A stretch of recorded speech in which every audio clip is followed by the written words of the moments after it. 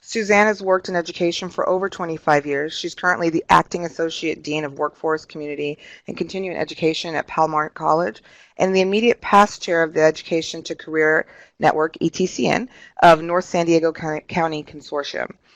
State and regional leadership roles include serving as the co-chair for adult education non-credit and the regional strong workforce pathway mapping project, representing Palomar College, Palomar, and the State Leadership Institute for Community Colleges, serving formerly incarcerated students. Suzanne is married to John Sebring, a professional photographer, and they have three wonderful children, Michael, who's 24, Danielle, 20, and Jonah, who's 18. Also with us today, we have Kathleen Porter, who's been involved with adult education and workforce development in the San Diego area since 1987. We won't say how long that is, but you guys can do the math. Kathleen is currently the Executive Director of Career Technical, Adult, and Alternative Education in the Poway Unified School District. She's a former teacher, resource teacher, and a career education specialist. Kathleen was formerly the manager of the East County Career Center, part of the San Diego Workforce Partnership's One-Stop Career Center Network. Now it's known as America's Job Centers of California, or the AJCC. Kathleen serves in a variety of state and regional leadership roles. She is the state president for the California Council of Adult Education, CCAE, and a longtime member of CalPro's Professionally Advisory Board, the K-12 representative of the South Border Region's Strong Workforce Program Work Group, and a representative to the Technical Work Group Working Group in the Federal WIO Implementation Study. Through the years, Kathleen has written articles and developed and presented a variety of workshops, webinars, and presentations at the local, state, and national conferences on topics pertinent to adult education and career pathways. She and her husband of 29 years, Rush, have two grown children but no grandchildren yet. All right, I'm going to go ahead and pass us over to our presenters. Thank you all so much for being here. And Thank Suzanne, you, I think you're up first. I am. Thank you very much. And thank you all for being with us today. I know your time is valuable, so we're going to jump right in. First, we want to go over the webinar objectives for today. So in this 1-hour webinar, we're going to discuss the curriculum alignment efforts of our consortium, the Education to Career Network, and we're going to examine how a shared faculty experience across our partner agencies can lead to a deep awareness of curriculum and clear pathways for students.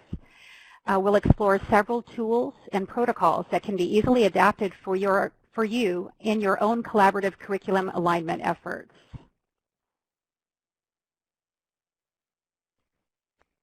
So hello, everyone. This is Kathleen. So I'm also glad to be with you this afternoon. So we were thinking about this title because, as you might have noticed, there's a lot going on in this title. So we're really breaking it down into these 3 separate chunks. So first we're going to talk about collaboration. Then we're going to talk about curriculum alignment. And with curriculum alignment, we're going to look at a little of the theory or the process, and then we're going to take a quick look at our own real-life example. And then finally, we're going to talk a little bit about tools and protocols that you might find helpful as you start your own curriculum alignment efforts in your region. So to start out, in your handout packet, we have a little pod, or you can type here in our chat pod. We wanted you to just think about in 3 to 5 words, what is collaboration? So you might describe, you know, a definition or what it achieves, something like that. I see a number of you are typing right now. Thank you.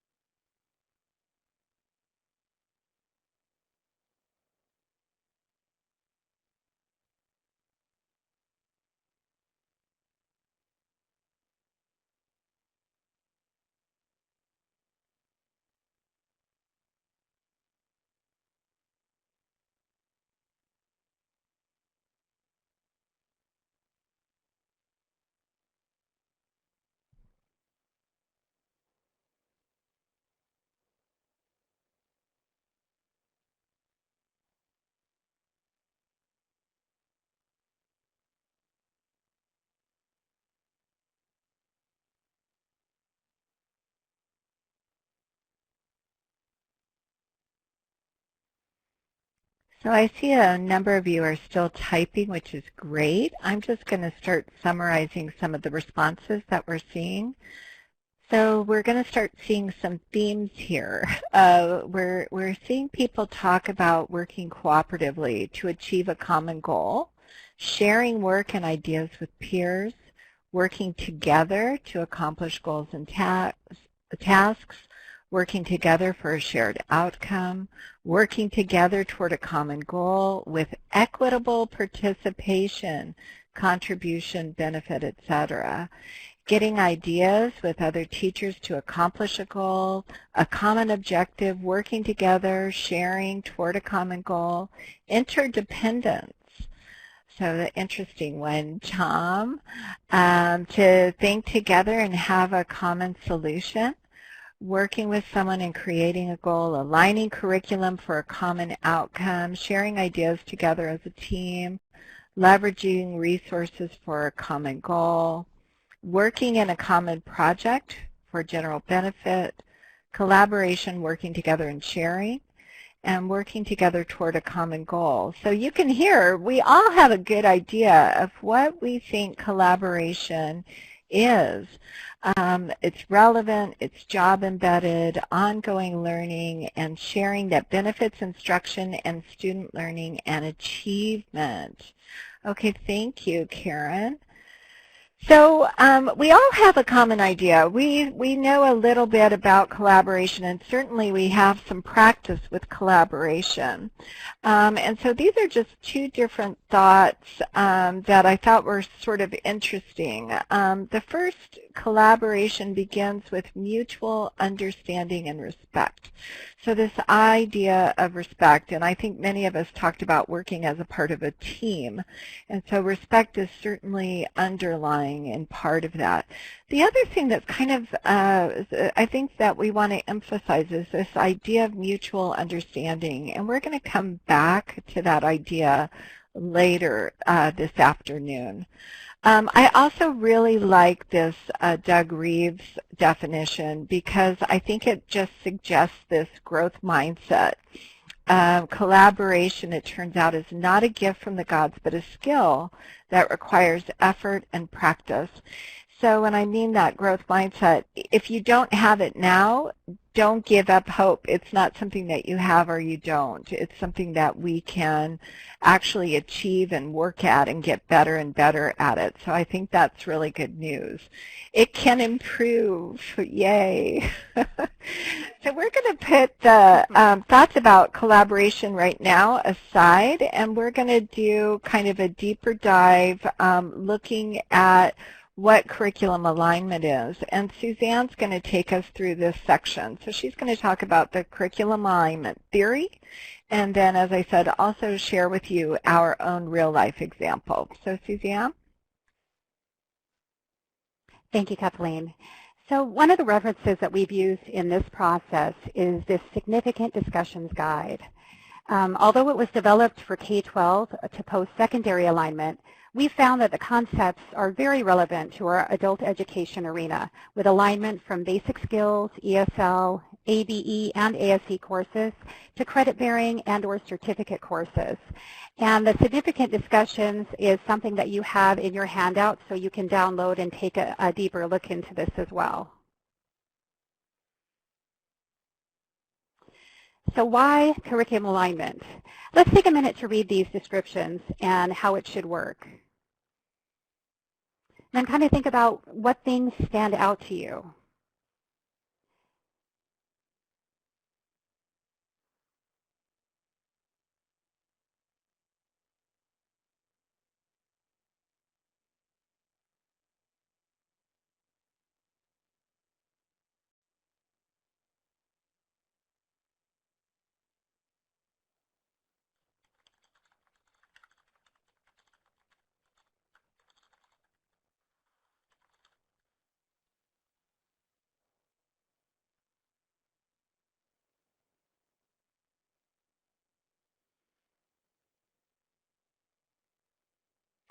All right. So kind of keep that in mind as we move through this. So this slide gives a visual on the process of curriculum alignment, from getting started to those circular steps of gap analysis, curriculum alignment, and assessment to next steps. And we're going to break these down in the next few slides. First, it's important that the right people are part of the discussion. These decision makers and implementers of the work need to understand each other's agencies and their issues and challenges while they develop trusting relationships and identify the shared goals of the group.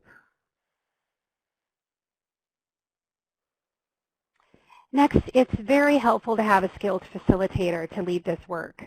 For our consortium, we used an external consultant that was familiar with the workings of both the K-12 adult schools and the community colleges. And he helped us come up with templates and common tools we would use to identify our gaps.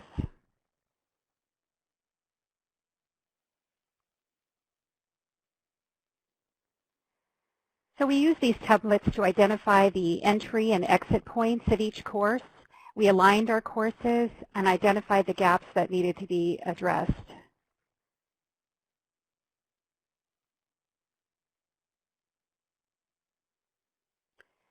When deciding how best to assess, we decided that all agencies in our consortium would use a common assessment tool, and we chose the CASAS. And that was in order to be on the same page as we had our discussions. We're now going to take that to another level and begin data dialogues as a consortium so we can look at the data together and have informed discussions regarding our progress.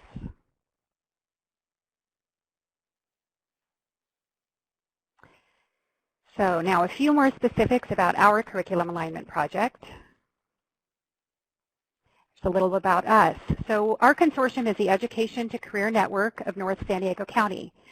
We have 6 member districts, 3 larger adult schools, 1 community college, and 2 very small adult schools, Ramona and San Marcos.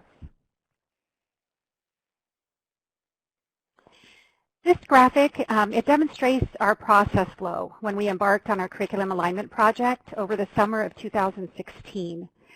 We engaged our stakeholders, including members of administration, faculty senate, instructional planning council, and all impacted areas such as ESL, English, math, and our career technical education, and the adult schools within our consortium. We shared our vision with everyone, and we solicited feedback and ideas for strengthening our implementation plan. We then adjusted our scope of work based on this collaboration, and we considered what time of year would garner the best participation. So what day of week worked best for meetings, etc. So we really needed to think about scheduling thoughtfully and making sure that it worked for everyone involved. Why did we do it? We did this because it helps to ensure smooth transitions for students. That is in direct alignment with the mission and vision of our consortium.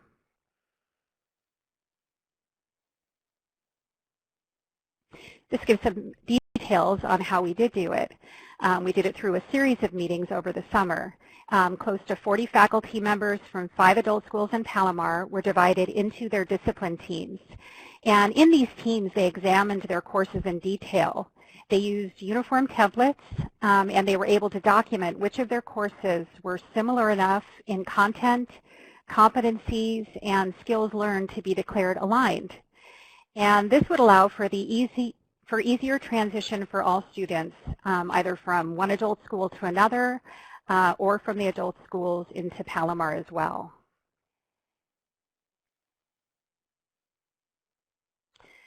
Allowing faculty to opt in was so important. The people at the table, they wanted to be there.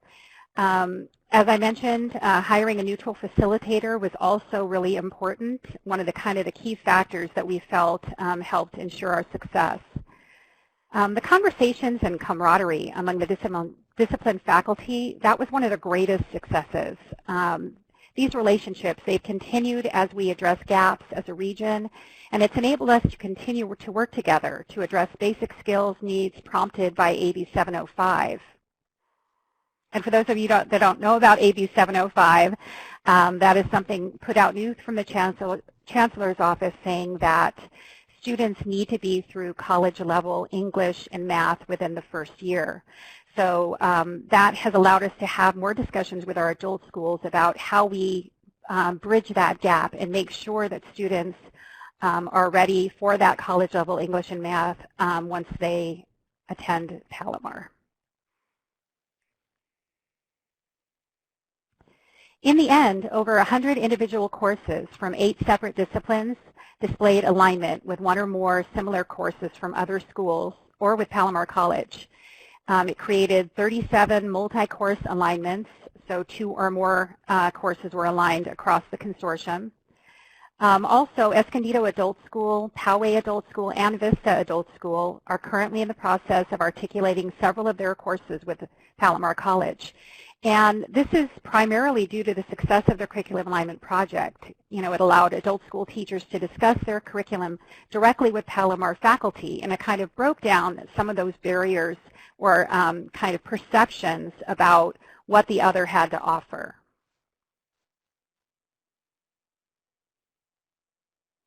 So now I'm going to turn it back over to Kathleen to discuss collaboration.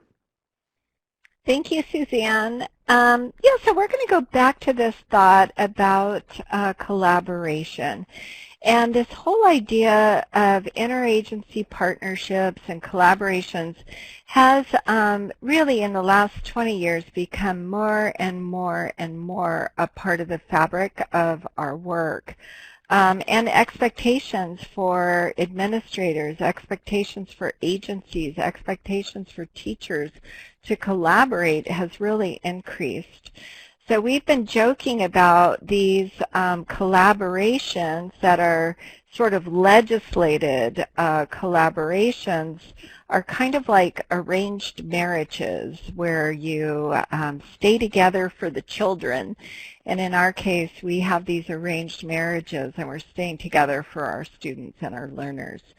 So, of course, one good example of this kind of partnership or arrangement is certainly our adult education program, the California Adult Education Program, and the work that we're doing in our individual consortia up and down the state.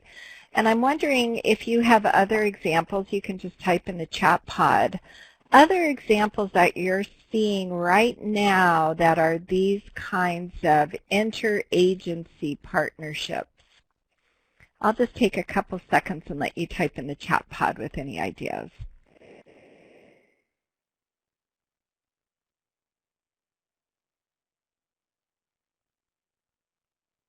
I don't see anyone typing, and I know you have ideas, so I'm wondering if you're having trouble finding the chat pod. Now I see people typing. I'm feeling better about this. Thank you.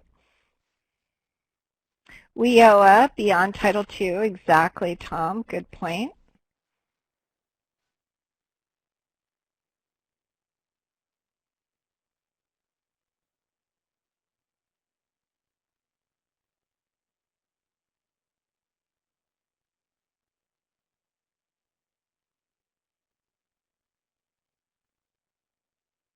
Industry partnerships for apprenticeships and pre-apprenticeships. Yes, good point.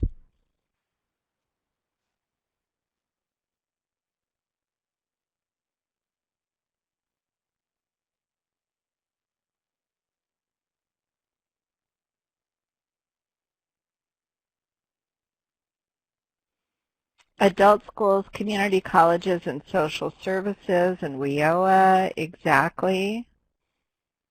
I see a few more of you typing. Yeah, Nancy brings up WIOA. Ryan talks about collaborations with our local AJCCs or EDD and co-location. Yes, and you know, the most recent one that we're seeing in our region is this Strong Workforce Program implementation and getting all of the different providers around the table for strong workforce. So if you haven't started to see that in your region, I bet it's coming. You'll be seeing more and more of that too. Collaboration between K-12 and adult schools, such as family success initiatives. Yeah, good point, Carla. So one of the articles that we have in your handout pod is this article that was written by Ruth DeHoog, and she's a professor who teaches in a Master's of Public Administration program. And so what Dr. DeHoog started to notice is that the competencies for getting a Master's in Public Administration really hadn't kept up with the time. Or the times in terms of all of these interagency partnerships. And so she started to work on redefining what competencies for leadership in community organizations looks like today. And so she kind of broke it down to these three different things, that you really need to have competency in organizational structures and values, in interpersonal relationships, and in leadership qualities and skills. And so we're going to take a look at what each of those competencies really entails. So in organizational structures and values, DeHoog talks about really understanding the knowledge of the structures, the values, and the processes that partner agencies might have. And if we have a deep awareness of each other, then we're able to design appropriate systems that can reduce conflicts, communication barriers, and competition, and also can promote accountability, trust, and coordination of efforts. So one example of this that kind of comes to mind is when you're working in a partnership. If one group can make a decision and implement it immediately, and another agency needs to have board approval before they enter into a partnership, and some agencies might have a queue of things to go to the board of 2 or 3 months before it can get on a board agenda. So just the timing of things. I remember when we were starting to collaborate under AEBG, we said, hey, we need to have a course that is Community College 101 or that is Adult School 101, so we can learn each other's lexicon, that we can learn each other's operational kinds of values so that we can work together more effectively. So the second thing that DeHoog examines are interpersonal relationships. And so what she really brings up is this concept of trust and trustworthiness.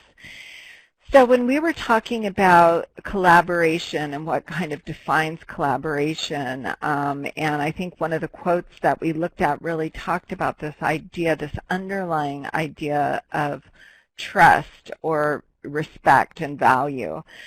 So DeHoog kind of looks at, well, how do we develop trust? And it's basically something that you can put structures in place that start to build and maintain trust. And one of the key cornerstones there is this idea of reciprocity.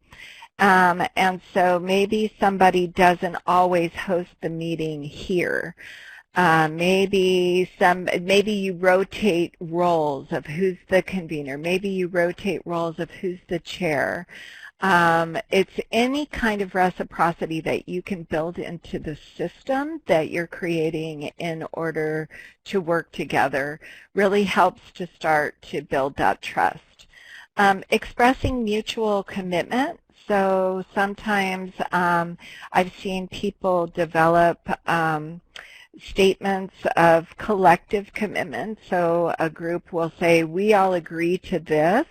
Sometimes it might even be as simple as meeting norms, but everyone signs the meeting norms after they're developed. And so everybody's signature is on there. This is what we mean by a good team member. We all sign it. Some way that we're expressing mutual commitment. And of course there are more formalized ways to do that with a memoranda of understanding or memorandum of agreement. And then communicating a strong sense of joint ownership and successful outcomes. So sometimes this is the simplest thing. This is listening to your speech. And are you saying we, or are you saying us? Are you saying them, those people or those students, or are we saying we? Are we talking about our? And so listening to language and being cognizant of your language is a good way to start to promote this idea of trust and trustworthiness.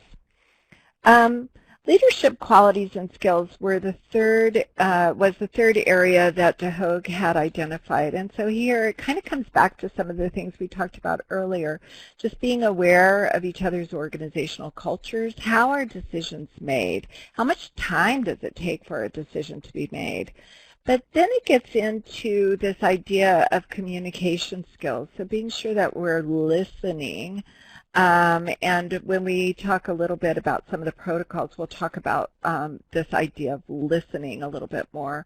But developing your own conflict resolution skills, developing an ability to influence and negotiate, social networking skills, being creative, innovative, and entrepreneurial. So that's kind of summed up by just saying thinking outside of the box. So what I'm going to do here is ask you to take a little pause, and this is on page 5 of handout 1. And we also, I just want you to think on your own about this. We're not going to ask you to publicly declare in the chat pod. But if you can think about a time when collaboration didn't work as smoothly as you would have liked, what competency area do you think the breakdown might have occurred? So was it in this area of organizational structures and values? Was it in interpersonal relationships? Or was it in leadership qualities and skills? So just ponder a less than perfect collaboration. I'm just going to give you a couple seconds. I'm going to mute while I do that so you're not hearing me breathe.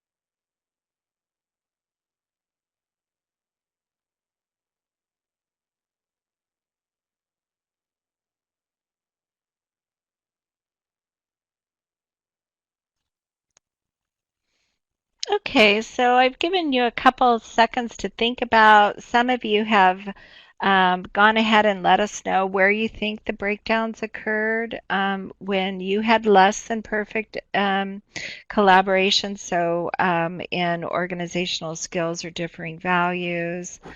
Lack of knowledge of structures of various agencies, lack of respect, lack of trust. So we are going to take a look at some protocols and tools next that I think might give you a framework to address some of those problems. So when we have less than perfect collaboration, what is it that we can do about it? How can we approach these things in a way that helps us move forward?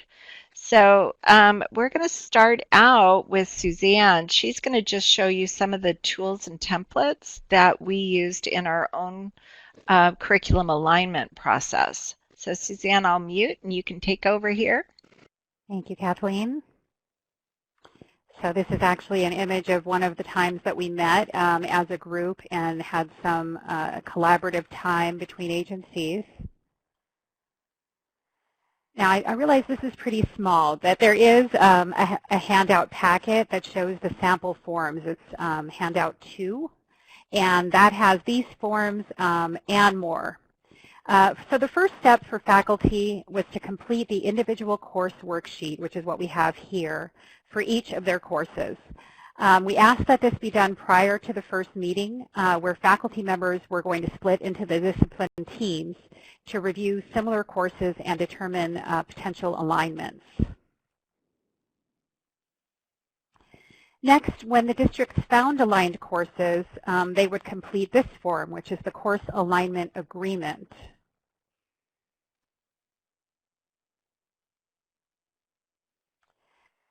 Then the discipline teams filled out a course alignment chart indicating what the current alignments were. And this resulted in a matrix that looks like this. And that matrix could be used by students and faculty and staff to determine where a student stood in their educational sequence when moving from one school to another. For instance, as illustrated here, and I know it's a little small, but it was determining that high beginning ESL at Escondido Adult School and Palomar College is equal to an ESL 303 at Poway Adult School. So there's a lot more examples in your handout, but this was the matrix that we came up with for all of the different like content areas. And this template was used for agencies to track our faculty's participation. It was called their status report. And we did this because we did compensate our faculty for participating in this process. So this just kept track of their hours for that purpose.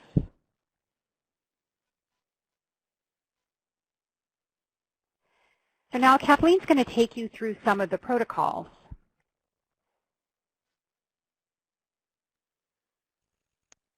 Thanks, Suzanne. So I'm going to go back to handout 1, and if you take a look at page 6 and 7 in handout 1, you'll start to see what we're calling these sentence starters for effective communication. So you can see for effective advocacy. So if you have an idea and you're feeling like people aren't hearing your idea, these are some sentence starters that you can use to kind of introduce your idea. Then there are some protocols for effective inquiry.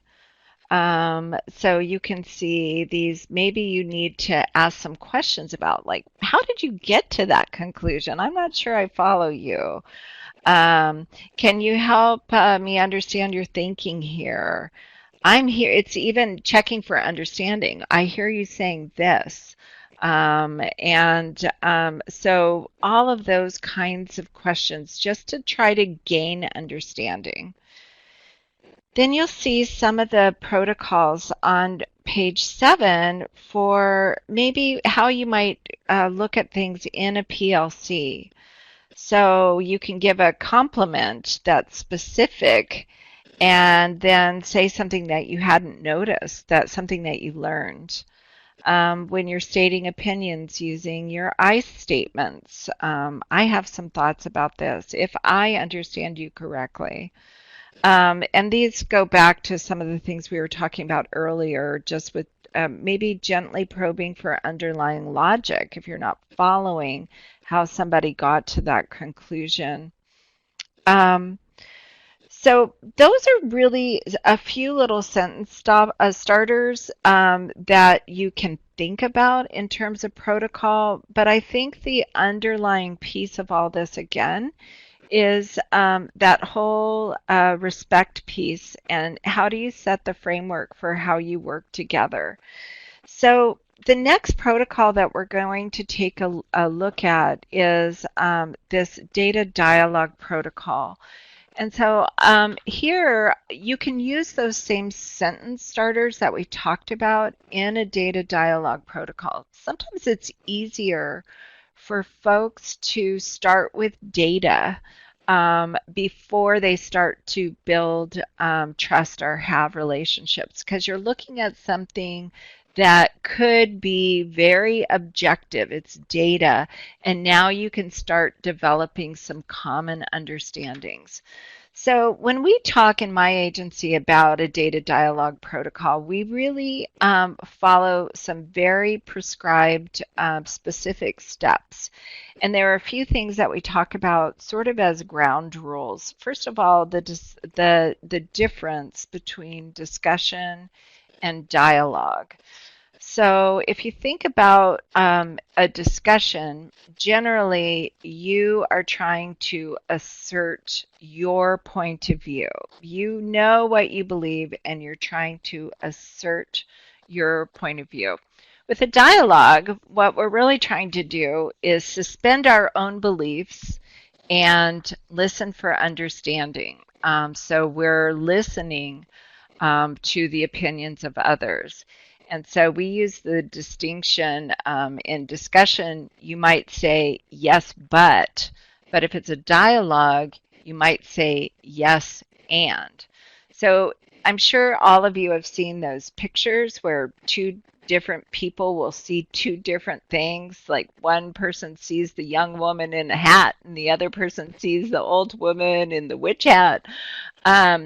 That there are both versions of reality can be true. And so you're listening for that larger story. You're listening for a bigger picture. You're listening for the both and, not the yes, but.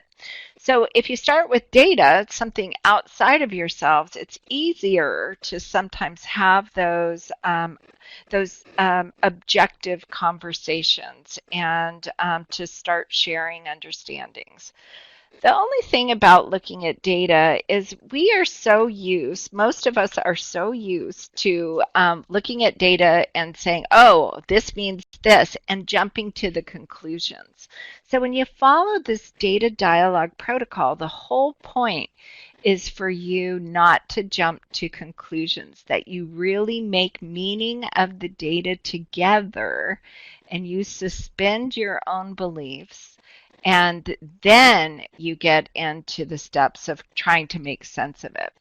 So the protocol is broken down into these different steps. It starts out with predictions, and that's where everyone in the room kind of goes around. You say, we're going to be looking at our transition rates from our adult schools to our community college. So everyone around the table now make a prediction about what it is that you see or what you think you're going to see when we show you the data. And so people will go around the room and say, I believe this, or I think we're going to see that. And everyone has a chance to make a prediction. And the whole point of making the predictions is just to get it out of the way. Get your predictions, what you think you're going to see, out of the way. You kind of, once you say it, you can put it aside. Then you tell people, I'm going to pass out the evidence. So you're going to pass out the data. And people are able to ask clarifying questions about what they're seeing, what the data, the evidence is. And at that point, people start to make factual, non-judgmental statements. So you're listening when people are going around the room, you're listening to people saying things like, I see, I can count, I notice.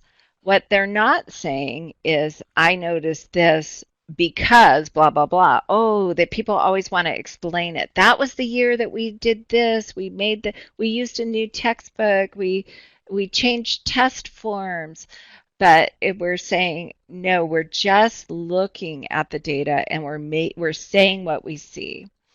After we have all had this chance to make statements about what the data says, it's at that point that we get into the inferences or the implications. So when we talk about the inferences and implications, what we're really talking about here is additional data. I believe this additional data that might help me confirm my understanding would be this. I think that we need to investigate how we're pre and post testing. Um, so you're starting to think about how do we change our practice? We saw this. What do we need to do about it? And then from there, you develop an action plan and you debrief the meeting. So I will tell you that we started a data dialogue protocol in our agency. This is our 5th year that we're doing it, and it completely changed our culture. It is the perfect basis to PLCs. It's the perfect basis for any type of collaboration. Um, it is a great way to build trust. But has become a bad word in our agency. We all like police each other when we're about to say yes, but we always say yes, and. So I would highly, highly recommend it. And certainly we can give you more information and resources about that. We actually did a data dialogue protocol webinar that's in the archives that you could take a look at if you were interested in more information about data dialogue. At this point, what we wanted you to do is kind of think about that difficult situation, the less than perfect collaboration that you had, and then think about the sentence starters or some of the tools that we talked about, and then say, was there a way that you might have used one of the protocols to address that situation and improve communication and feedback? So again, I'm just going to give you a few minutes to kind of think through that.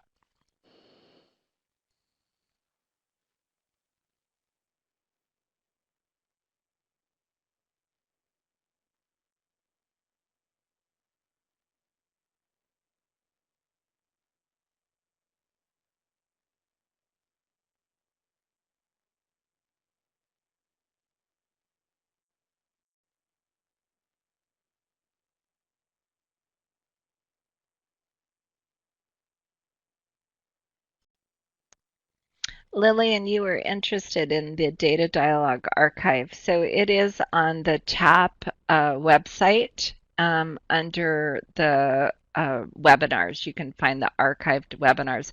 We did it October of last year, so it was from 2018, October.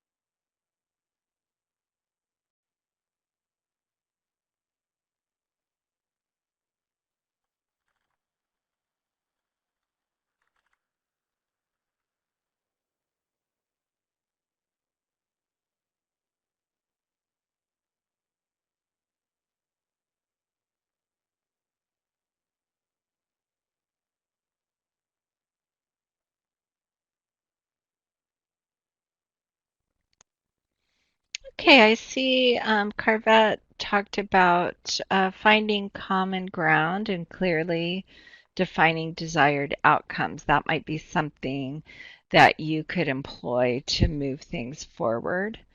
And Christine talks about checking understanding at various points throughout discussion. Yeah, absolutely. I think, the trust piece, because I think when we went back to and we were describing, some of you were describing like lack of respect, lack of trust.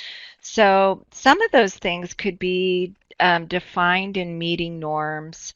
If you make collective commitments as a group, and again, everyone has an opportunity to sign that. We've had groups that have said, okay, I want to describe what we want our effective team to be. Let's describe the qualities of an effective team member, and then everyone signs it. And then when you have meetings with that team, you post those up on in the room so everyone is reminded. Like when we have a meeting, I want to be that person. I want to be that team member that we all decided we wanted on our team. So I think those are the kinds of things that you can do. Um, so Leanne talks about what resonated with you was the difference between discussion and dialogue. Yeah, the sentence starters are very helpful for protocol. So good, I'm glad. And I think I'm going to turn things over to Suzanne now. We're going to have a chance to kind of pause and reflect, and then you can ask us any questions that you might have. So Suzanne, do you want to take it from here? So here's where we would really like you to think about next steps and take a few minutes to reflect in the chat pods on what your next steps might be in your own collaboration efforts. So we've got the 3 questions up here, so if you can just take a few minutes and respond.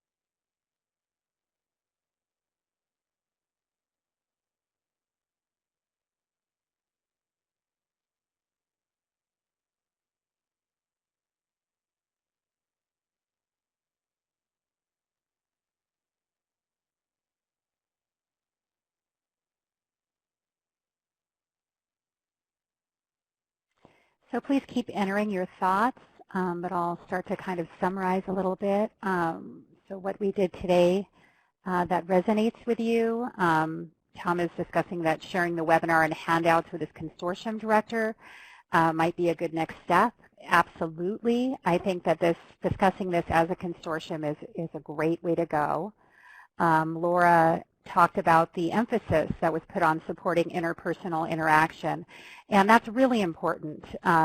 You have to have that positive interaction, that trust and respect between the members that are having the discussions, so that things aren't taken personally, and you can have that open dialogue and keep moving forward. I see the data dialogue coming up. That's a great protocol to use, and I'm really excited about using it as a consortium. I know some of the agencies have used it independently, but this will be the first year that we've actually adapted that on a consortium-wide level, and I think it's going to be really helpful to us. The process, just trying this in the consortium, yeah, it is a process. It takes time, but it's very beneficial, and I think that you'll find that the conversations that develop and the friendships even that develop between discipline peers on an interagency level is really positive. I agree again, trust and respect, always important. And not using the but, yes, that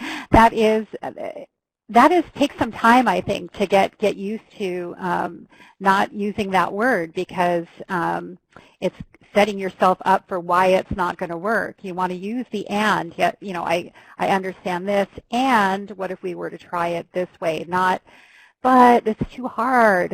So I think that's a great thing to focus on as well. Some next best steps, Estelle is mentioning sharing this information.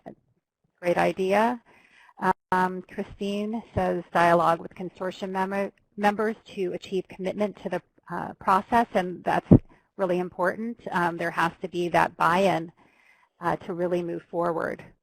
Estella mentions reviewing and rewatching the webinar, so that will be certainly available to you once this is over to go ahead and pull it up and look at it yourself or look at it with another group. Teresita, talking with my principal, choosing right and committed people, again, very, very important.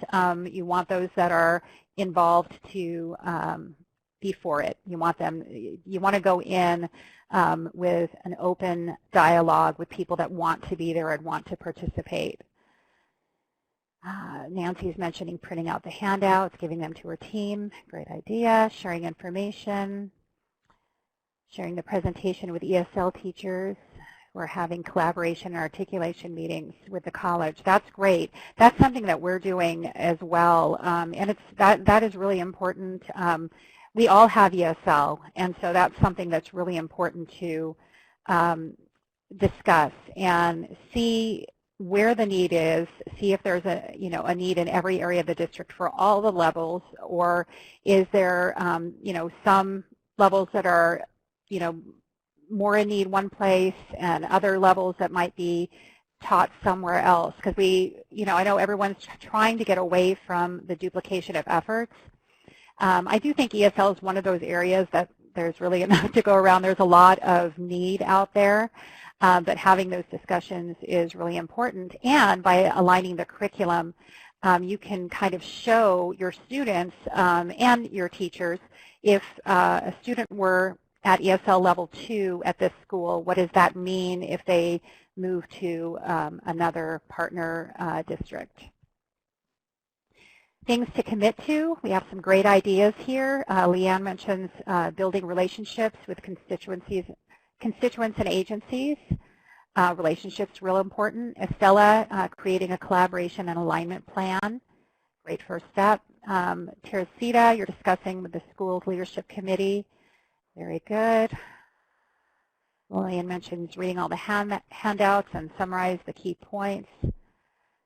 Joining curriculum alignment committee. Very good. Review the forms and edit them for a consortium. So a lot of it's around better collaboration and practice, aligning your objectives and making sure that you have those connections, the right people are in the room. You're starting the discussions from a place of mutual respect and trust. So all really good ideas. Thank you for participating. I think this is a great start.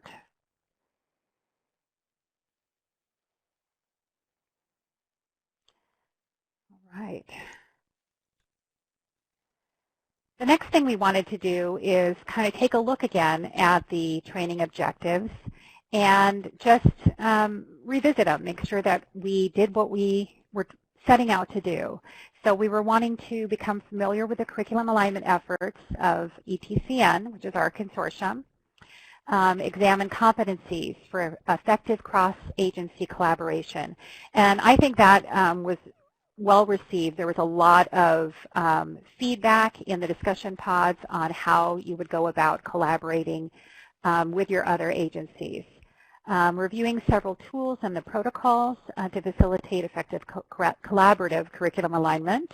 And we have the protocols for you, so you can, all this information under handouts is available for you to download. Identifying potential obstacles to successful collaboration and identify strategies to remedy those obstacles. So we hit on that a couple of times during the webinar, where we considered what is an instance where things might not have gone as smoothly as you want in a collaborative effort, and how kind of identifying why that might have happened, and thinking about ways that you might be able to collaborate more effectively in the future. And then we outline next steps to move toward more productive collaboration within your agencies or regions. And you all had a lot of great ideas for what your next step might be. So thank you, Suzanne. And so we have, it looks like 1 minute left. So you have our contact information that's here in the PowerPoint. And I think we're going to turn things, oh, we also have our references and resources if you wanted to read some other things. As Sudie indicated, most of these articles are in the handout pod. And then I guess we're just turning it back to you, Sudie, to close. Yes, ma'am. Thank you both so much, and thank you everybody for being so engaged and sharing your thoughts and next steps with us. So we're going to go ahead and close this out. Once we close out the webinar, you will be redirected to an evaluation. I ask that you please take the time to do the evaluation. Your thoughts are important to us, and that's how we improve and get better. Thank you all. Guys so much for joining us today, and have a wonderful day.